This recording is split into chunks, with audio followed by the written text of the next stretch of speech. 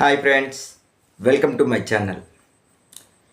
ఈరోజు మనం ఆట చూసినట్లయితే ఒక పర్సన్ మీద రెండు అభిప్రాయాలు తీసుకోవచ్చు అని చెప్పేసి, అంటే గెలవటానికి ఏ విధంగా ఆడొచ్చు అని అనుకునే విధంగా నాకైతే అనిపించింది. ఏంటా అంటే ఇప్పుడు ఏంటంటే ఫౌల్ గేమ్, నిజంగా కూడా ఫౌల్ గేమ్ ఆడాడా అంటే అవును అని చెప్పొచ్చు, కాదు అని చెప్పొచ్చు. ఎందుకంటే ఫస్ట్ దాంట్లో అతను వాదించాడు కదా, సో ఆ వాదనలో తప్పు ఉందని నాకు అనిపించింది. అప్పుడు అరే ఏంటి మన నబిల్ ఇంత మూర్ఖంగా మాట్లాడుతున్నాడే అని చెప్పేసి, అంటే గెలుపు కోసం ఏ ఏ విధంగానైనా మాట్లాడవచ్చా అని చెప్పేస్తే అవును అని చెప్పేసి అనుకోవచ్చు. ఎందుకంటే రూల్స్ బుక్లో కరెక్ట్ లేదు, అంటే రూల్స్ బుక్లో మనకేంటంటే బిగ్ బాస్ ఎప్పుడు కూడా వార్నింగ్ ఇవ్వడు. ఎప్పుడు కూడా ఫస్ట్ టైం నేను, ఎందుకంటే సంచాలకులదే తుది నిర్ణయం అని చెప్పేసి బిగ్ బాస్ ఈరోజు అందరినీ ఒకరిని ముందుగా వచ్చినాక సంచాలకుగా ఉండాలి అని చెప్పిన బిగ్ బాస్ తన అభిప్రాయాన్ని మార్చుకొని మళ్ళీ తిరిగి సమీక్షించుకోవాల్సిన పొజిషన్లోకి వచ్చాడు. ఎందుకంటే ఇక్కడ ఏంటంటే ఫస్ట్ గేమ్ చూసినట్లయితే మనకేంటంటే థర్డ్ గేమ్లో చూసినట్లయితే, థర్డ్ గేమ్లో మనకు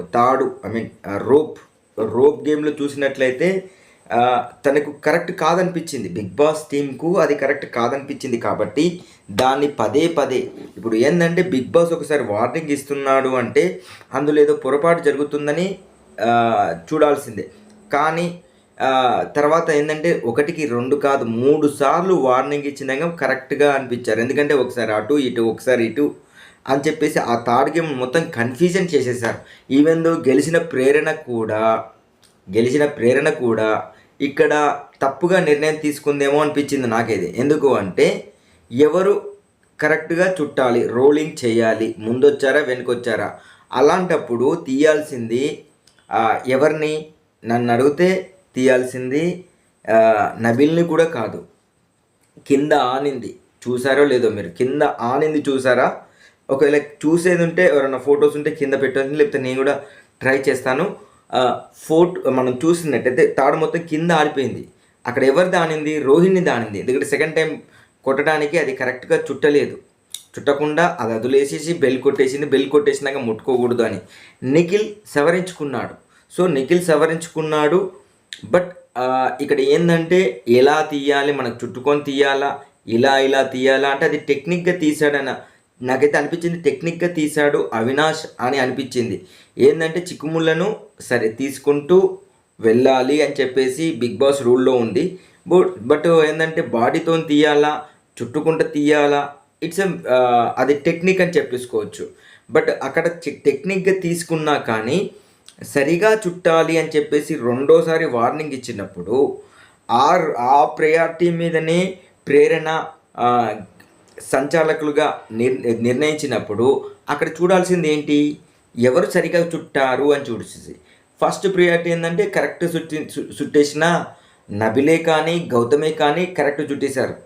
కానీ ఈవెన్ దో నబిల్ కూడా నిఖిల్ అండ్ గౌతమ్ కరెక్ట్గా అంటే అంతో ఇంతో కొత్తగా చుట్టాడు.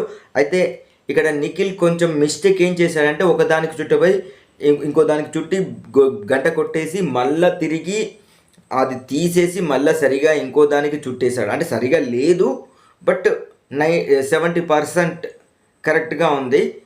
మిగతా వాళ్ళు మనం చూసినట్లయితే 90% వరకు, అంటే 80% వరకు నబిల్ది కరెక్ట్గా ఉంది.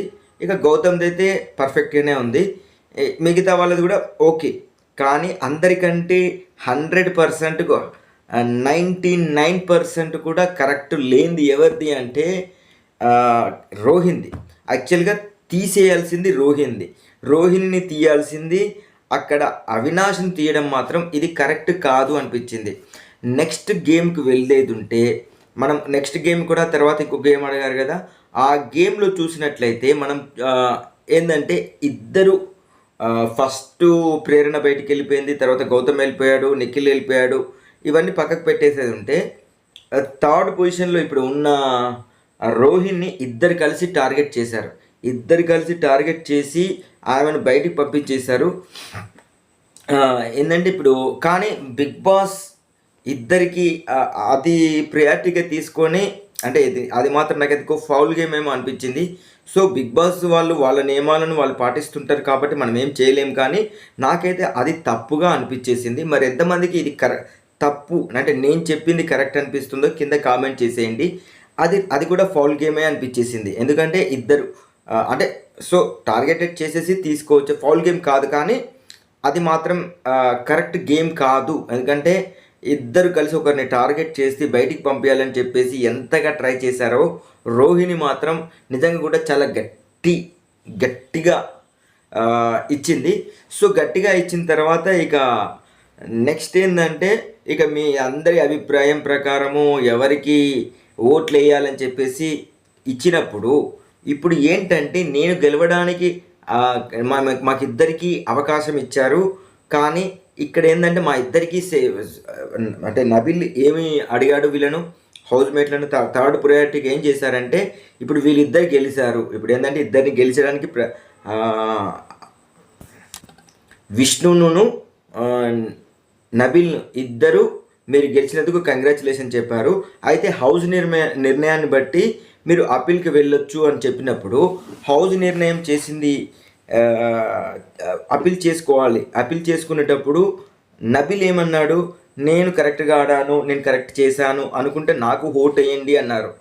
బట్ మనకు విష్ణుప్రియ ఏంటంటే నేను గెలవడానికి కాదు, మా ఇద్దరికి ఇట్లా ఇద్దరు రిజర్వ్ ఇంతవరకు అంటే రిజర్వ్ మా ఇద్దరికి ఈక్వల్ ప్రియారిటీ ఉంది అని చెప్పేసి చెప్పింది. అసలు యాక్చువల్గా అప్పీల్ చేసుకోమంది మాకు ఓట్లు వేయమని చెప్పేసి బిగ్ బాస్ చెప్పాడు. అంటే ఎవరికి మాకు ఓట్లు వేయమని అడగమని చెప్పేసి హౌస్ నిర్ణయానికి మీరు ఎక్స్ప్లెనేషన్ ఏం చేసుకోవాలో అది మీరు చేసుకోవాలి. తనకు తానుగా ఓట్లు రావాలని కోరుకోవాలి. కానీ నాతో పాటుగా త్యాగాలు చేసుకుంటూ పోతే బిగ్ బాస్లో విన్ అవ్వడం చాలా కష్టం. ఎందుకంటే లాస్ట్కు కప్పును కూడా త్యాగం చేస్తారా అనేది మాత్రం నాకు తెలియదు. కాకపోతే జనాల నిర్ణయానికి వదిలేసేస్తే ఇంకొకటి ఏంటంటే మనకు ప్రియాంక చూసినట్టు విష్ణుప్రియను చూసినట్లయితే తన ఆ పృథ్వీ పోయిన కాడి నుంచి చాలా బాగా ఆడుతుందేమో అనిపిస్తుంది. ఎందుకంటే ఈ మధ్యలో ఓటింగ్ కూడా కొంచెం పెరిగిపోతుంది. బట్ నబిల్ది తగ్గిపోతుంది. అంటే లాస్ట్ పొజిషన్లో ఉన్నది ప్రియాంకనే ఇప్పటివరకు అయితే. కాకపోతే ఏంటంటే ఓటింగ్ పర్సంటేజ్ మాత్రం ఎక్కువగా ఉంది. బట్ నబిల్ది తగ్గిపోతుంది. ప్రేరణది కూడా అటు ఇటుగా ఉంది. అంటే థర్డ్ పొజిషన్లో అటుగా ఒకరి పైకి ఒకరి కిందికి అలానే ఉంది. కానీ ఫస్ట్ పొజిషన్ గౌతమ్ వాళ్ళదైతే పర్ఫెక్ట్గా ఉంది. లాస్ట్ పొజిషన్లో వచ్చేసి మనకు రోహిణి అన్న తక్కువనే ఉంది. తర్వాత విష్ణుప్రియది కూడా తక్కువనే ఉంది ఓటింగ్ కూడా. కాకపోతే రోహిణి ఇప్పుడు ఈ మధ్యలో కొంచెం ఊపు అందుకుంటుంది. కాకపోతే ఇది ఇక్కడ ఏంటంటే నబిల్ కూడా వెళ్ళిపోవడానికి దగ్గరలోనే ఉన్నాడు. అంటే వీళ్ళిద్దరిట్లో ఎవరో ఒకరు ఎలిమినేట్ అయ్యే పొజిషన్ కూడా ఉంది. విష్ణుప్రియకు మాత్రం అందరికంటే లీస్ట్గానే ఉన్నా కానీ నబిల్ది కూడా చాలా దగ్గర ఓటింగ్ ఉంది అని నాకు అనిపించింది. ఎందుకంటే నేను చూసిన ఆ ఓటింగ్ పర్సంటేజ్లో చూసినట్లయితే ఇప్పుడు ఏంటంటే విష్ణుప్రియకి ఎందుకు ఓటింగ్ పెరుగుతుంది అంటే తను సొంతంగా ఆడుతుంది. ఇన్ని రోజులు సొంతంగా ఆడటం లేదు. బట్ ఈరోజు గేమ్ చూసినట్లయితే సొంతంగా ఆడింది అని అనిపించేసింది. సో గేమ్లో తను ఇన్ని రోజులు కాన్సన్ట్రేషన్ కరెక్ట్గా చేయలేదు. ఒకవేళ ఇప్పుడు ఈరోజు కనుక చేసిన కాన్సన్ట్రేషన్ ఫస్ట్ నుంచి చేసేది ఉంటే ఈరోజు టఫ్ కాంపిటీషన్ ఇచ్చేది ప్రియాంక. ఎందుకంటే అంత స్టెమినా ఉంది తన దగ్గర. బట్ ప్రియాంక అని వస్తుంది, ప్రియాంక కాదు విష్ణుప్రియకు అంత కేపబిలిటీ ఉంది. విష్ణుప్రియకు అంత క్యాపబిలిటీ ఉన్నది, తనంతట తానే డైల్యూట్ చేసుకుంది అని అనిపించింది. బట్ చేతులు కాళ్ళాక ఆకులు పట్టుకుంటే లాభం ఏమీ లేదు. ఇప్పటిదాకా ఓటింగ్ ఏంటంటే ఎవరిది వాళ్ళు ఫిక్స్ అయిపోయారు కాబట్టి ఆ ఓటింగ్లో అలానే పడిపోతాయి. ఇక ఎవరు ఎలిమినేట్ అవుతారో మనం 2 రోజుల్లో చూసేస్తుంటాం. ఇంకోటి డబుల్ ఎలిమినేషనా సింగిల్ ఎలిమినేషనా అనేది తెలియట్లేదు. ఎందుకంటే టాప్ 5లో ఉండాలి, టాప్ 5 అని చెప్తున్నారు. బట్ టాప్ 6 కూడా ఉండొచ్చు. అయితే అక్కడ ఒకరు ఎలిమినేట్ అవుతారు, లేకపోతే డబుల్ ఎలిమినేషన్ ఉంటుంది అని నేను అనుకుంటున్నాను. మరి ఎంతమంది అది కరెక్ట్ అనుకుంటున్నారో కింద కామెంట్ చేసేయండి. ఇక దీని తర్వాత షెఫ్ గారు వచ్చారు, మన సంజయ్ గారు. So world famous chef, wow chef అని చెప్పేసి ప్రోగ్రామ్ కూడా నడుస్తుంది కదా. సో వావ్ షెఫ్కు హోస్ట్ అయిన మన సంజయ్ గారు, ఆయన ఇంటర్నేషనల్ లెవెల్ షెఫ్ కాబట్టి ఆయన బిగ్ బాస్లోకి తీసుకొచ్చడం, ఆయన అసిస్టెంట్స్తో వంటలు వండించడం. బట్ ఎగ్గును కూడా ఎట్లా అంటే క్వశ్చనింగ్స్ కూడా చాలా బాగా ఉన్నాయి. అంటే కొత్త కొత్త వర్డ్స్కి అయితే నేను నేర్చుకున్నాను. మరి ఎంతమంది నేర్చుకున్నారు అంటే ఆవాలను ఏమంటారు, క్యుములేట్స్ ఇవి అది తెలుసు, కానీ జీరను ఏమంటారు, గసగసాలను ఏమంటారు అని చెప్పేసి కొన్ని వర్డ్స్ అయితే తెలీదు. లవణం మాత్రం మంచిగా వర్కౌట్ అయిందే, ఎందుకంటే లవ్ నమ్ అని చెప్పేసి చెప్పటం. ఇట్లా మనం చూసుకున్నట్లయితే ఆ సెషన్ మాత్రం చాలా చాలా బాగా అనిపించింది. అసలు పెన్ను పెట్టి రాయబుద్ధి కాలేదు నాకైతే.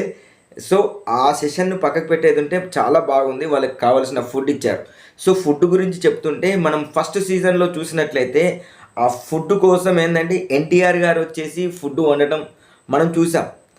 తర్వాత సెకండ్ దాంట్లో నాని గారికి ఫుడ్ వండడం, అంటే ఎన్టీఆర్ మంచి షెఫ్ కాబట్టి ఆయన వండి హౌస్ మేట్స్ అందరికీ తినిపించాడు.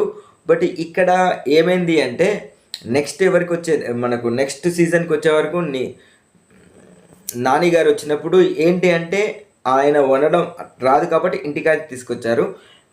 తర్వాత వాళ్ళ అమ్మ ఫుడ్ ఉందని చెప్పేసి వీళ్ళకు ఆ ఫుడ్ ఇచ్చేశారు. థర్డ్ సీజన్ వరకు ఇది నడిచింది. థర్డ్ సీజన్లో కూడా ఏదో పండగకు నాగార్జున గారు ఇంటికాడ నుంచి వంటలు తీసుకొచ్చేసి ఇచ్చారు. ఇక ఫోర్త్ సీజన్కి వచ్చిన కానీ అప్పుడు మన కరోనా సీజన్ నుంచి అసలు ఆ సెషన్ లేదు. బట్ ఇప్పుడు మాత్రం ఏంటంటే మళ్ళీ ఇంకొక సెషన్ తీసుకొచ్చేసారు, షెఫ్ సెషన్ అని.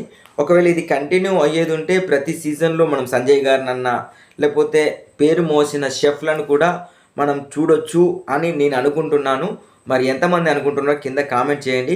బట్ ఈరోజు వంటల్లో టెక్నిక్సే కానీ అవి కానీ చూడొచ్చు. ఎందుకంటే లోపలికి వచ్చేటప్పుడు ఆయన క్లీనింగ్ చేసేటప్పుడు, ఎందుకంటే షెఫ్స్ ఎంత క్లీన్గా ఉంచుతారో మనకు అర్థమైపోతుంది. వాళ్ళ వంట తీరు కూడా చాలా బాగా ఉంటుంది. మంచిగా స్మూత్గా కట్ చేసే కాడ నుంచి ఇవన్నీ మనం ఈరోజు చూసాం. అంటే ఇప్పుడు బిట్టింగ్ చేస్తే ఏంటంటే వైట్ను బిట్టింగ్ చేస్తే ఇట్లా కింద పడకుండా వచ్చేస్తా చూసారా, అది కూడా ఎలా చేయాలో కూడా ఈరోజు నేర్పించారు కదా. అది చాలా బాగా అనిపించింది. తర్వాత కొంచెం పాటలు, ఎంటర్టైన్మెంట్ ఇవన్నిట్లో కూడా ఆయన చాలా బాగా చేశారు అనిపించింది. అంటే ఆయన గురించి గొప్పతనం చెప్పడం కాదు అనుకుంటే నిజం కూడా అదే. ఎందుకంటే ఆయన చేసినంత ఎంజాయ్, ఫుడ్ చేసేటప్పుడు చేసే అంత ఎంజాయ్ మనం ఎప్పుడు చూడలేదు. ఎందుకంటే ఫస్ట్ స్టార్టింగ్లో ప్రతి దాంట్లో డ్యాన్స్ చేసిన ఫుడ్డే ఉంటుంది, వంటలు చేసిన ఫుడ్డే ఉంటుంది, ఆటలాడిన ఫుడ్డే ఉంటుంది అని ఒకానొకప్పుడు ఆయన చెప్పింది నాకైతే ఇప్పటికీ జ్ఞాపకం ఉంది. ఒక దేంట్లో అంటే ఏదో రియాలిటీ షోలోనే చెప్పాడు.